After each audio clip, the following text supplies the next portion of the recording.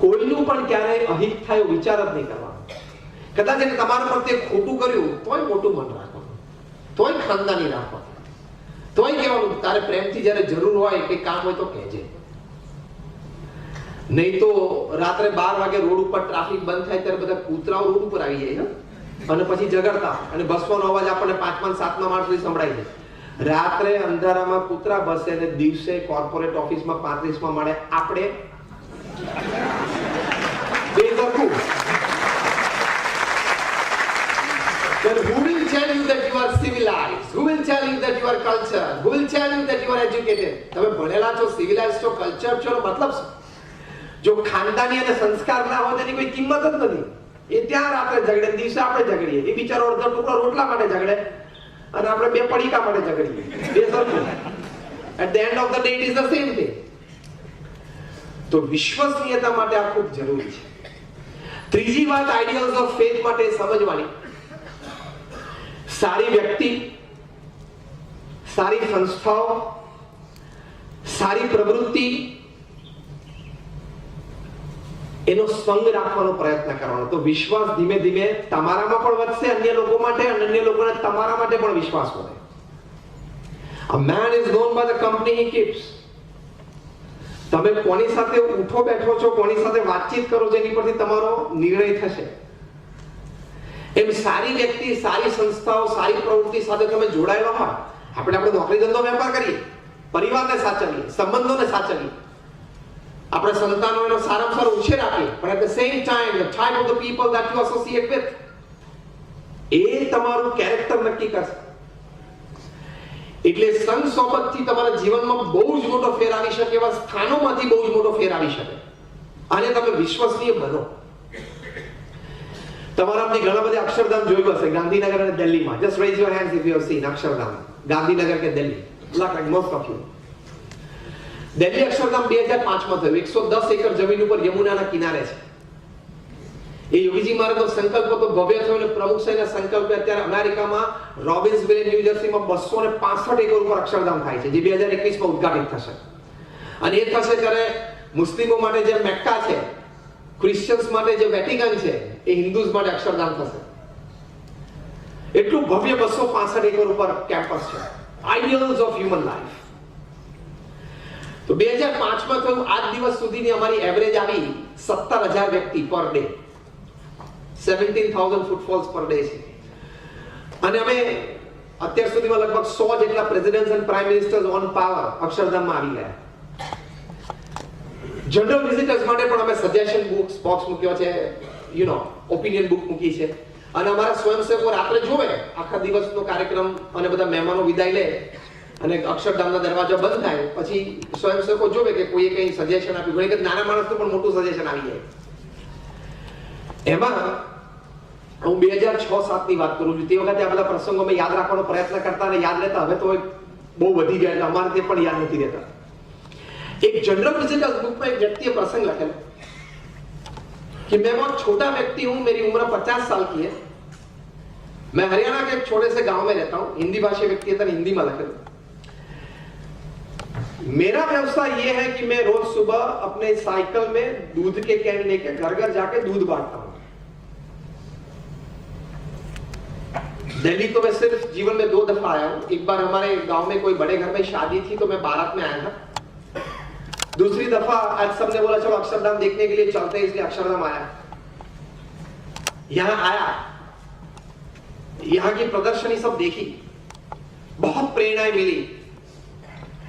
तो आज से मैं प्रतिज्ञा लेता हूं कि मैं अपने दूध में पानी नहीं डालूंगा.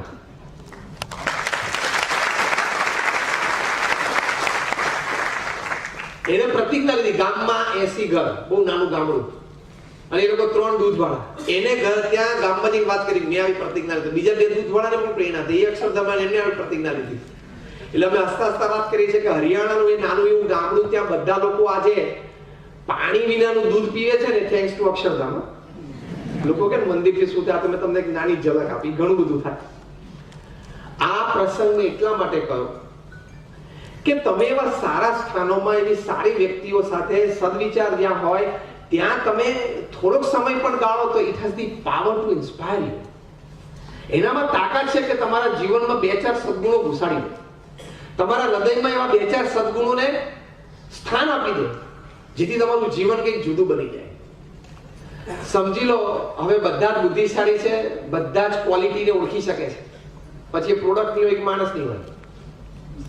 Quality product and quality people બધાને ઓળખવાની ક્ષમતા આ એજ ઓફ ઇન્ફોર્મેશનમાં ઇન્ટરનેટના લીધે બધાને આવી ગઈ છે.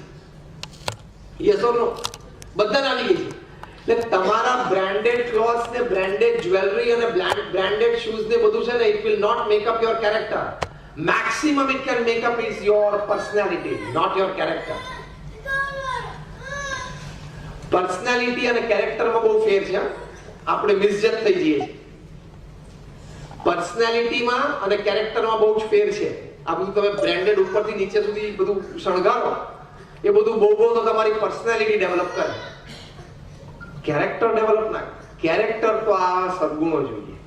એમાં મોટો સદગુણ આ છે, વિશ્વાસને પાત્ર બનવું, વિશ્વસનીયતા કેળવવી. એ સૌથી મોટો સદગુણ છે. તો એ સદગુણનો આટલો પ્રભાવ છે. એટલે આઈડિયલ્સ ઓફ ટ્રુથમાં આ પણ વસ્તુ યાદ રાખવાની, visiting good places, meeting good people, reading good books. તો એનાથી તમને વિશ્વાસ આવે, અને વિશ્વાસ તમને જીવનમાં ખૂબ ઉપયોગી થઈ શકે. હમણાં ડોક્ટર ઉદય વીરસિંહે એક બહુ સરસ પુસ્તક લખ્યું છે. ઘણા યંગ જનરેશન અહીંયા બેઠા છે, હું જોઉં છું, ઘણા કદાચ મેનેજમેન્ટ ભણતા હશે. ડોક્ટર ઉદય વીરસિંહે પુસ્તક લખ્યું છે management wisdom of lord Krishna. ભગવાન કૃષ્ણનું મેનેજમેન્ટ.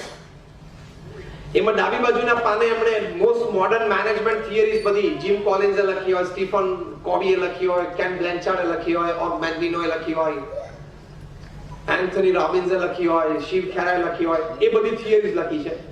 અને જમણી બાજુ એ બધી જ થિયરી પ્રેક્ટિકલી કુરુક્ષેત્રના મેદાન ઉપર ભગવાન કૃષ્ણે એક્ઝિબિટ કરી છે 5000 વર્ષ પહેલા. આ લોકો તો આજે લખે છે 5000 વર્ષ પહેલા કૃષ્ણ ભગવાન એક્ઝિબિટ કરી છે, એની પ્રસંગો લખે.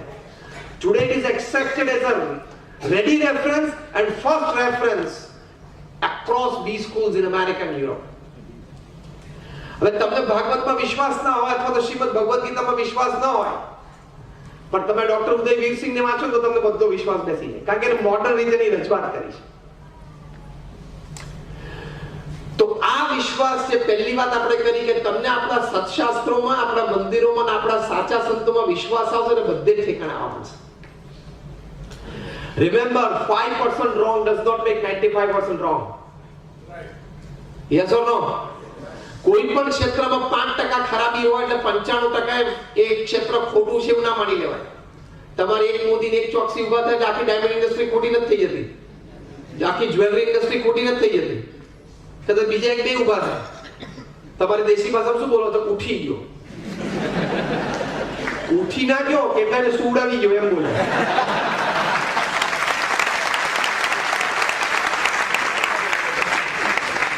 એ તો રાતોની રાત ઉઠેલો હતો ને એટલે જ આ કર્યું. રાતોરાત નથી ઉઠી ગયો, રાતોની રાત ઉઠેલો હતો ત્યારે બધાને સુવડાયા, ખબર છે? એટલે બધા ખોટા. વિશ્વાસનું અંગ આપણું કે ત્યાં તૂટી જાય છે જ્યારે આપણે આ ચશ્મા પહેરી લઈએ કે આ ક્ષેત્રમાં 5 ખોટા, એટલે આખું ક્ષેત્ર ખોટું નથી થઈ જાય. આજે અમે ત્યાં સવારે હરિકૃષ્ણ ડાયમંડ્સમાં ઘનશ્યામભાઈ અમને કહ્યું એટલે અમે ઓફિસે ગયા હતા, બેઠા હતા, પોણો કલાક બધી વાતો ચાલે. ધંધાની સાથે બીજી 10 પ્રકારની સત્પ્રવૃત્તિ કરે, બધા ફોટોગ્રાફ્સ પણ અમે જોયા. તે બધું ખોટું, એ બધી સારી ભાવના અને સત્પ્રવૃત્તિ બધી ખોટી. એટલે આવી હજારો વાતો છે, પણ આ ચશ્મા પહેરી લેવાના. 2 સાધુ જેલમાં હોય છે, 2-3 મોટા નામ અત્યારે જેલમાં છે, એટલે બધા ખોટા નથી થઈ ગયા. મેં કીધું એમ, જેમ એક મોદી ને એક ચોકસી નીકળે તમે બધા ખોટા. હવે હું એમ કહું કે ઓહો તમારા ધંધામાં તો આવું થાય, તમે બધા ખોટા છો, તો આઈ એમ રોંગ એવું બોલવામાં. એમ તમે બોલો કે 2-3 જણા સાધુ જેલમાં છે ને બધા ખોટા, તો you are also wrong. There is પ્રમુખ સ્વામી, ધેર ઇઝ મહાન સ્વામી, એવા પણ સંતો પૃથ્વી પર છે. તો એ લોજિકલ વિચારથી તમે વિશ્વાસને પાત્ર બનો અને વિશ્વાસ તમને કેળવાય સમાજમાં, વ્યક્તિમાં, પ્રવૃત્તિમાં. આઈડિયલ્સ ઓફ ટ્રસ્ટમાં આ મુદ્દો પણ યાદ રાખવાનો કે 5% કોઈ ક્ષેત્રમાં ખોટું એના લીધે 95% કે ખોટું થઈ જતું નથી. અને એ 95% ને તમારે 5% વાળા ચશ્મા પહેરીને જોવો, એ આપણી ખોટ છે, સામેવાળાની ખોટ નથી. યસ ઓર નો?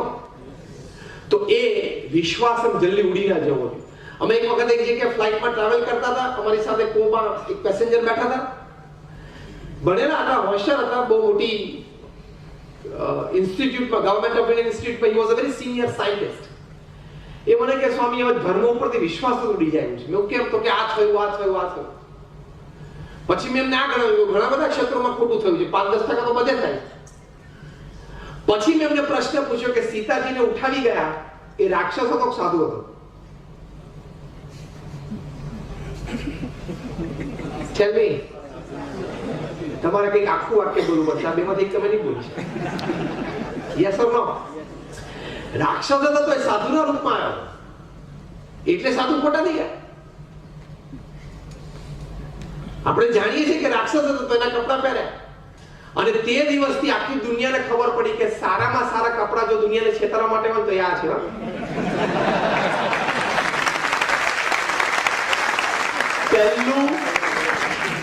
પહેલું official kidnap case recorded upon this earth was Ravan lifted Sita. પહેલો ઓફિશિયલ કિડનેપ કેસ રેકોર્ડ થયેલો છે. પણ એટલે કઈ આખો સમાજ થોડો ખોટો થઈ જાય. એટલે આઈડિયલ્સ ઓફ ટ્રસ્ટમાં આ મુદ્દો મુખ્ય યાદ રાખજો. If you find somewhere 5% wrong, the rest 95 doesn't become wrong. આ જીવમાં દ્રઢ રાખજો. 5% ક્યાંક ખોટું જોવો એટલે બાકીનું 95% પણ ખોટું હશે એવું માની લેવાની જરૂર નથી. આપણે બટાકા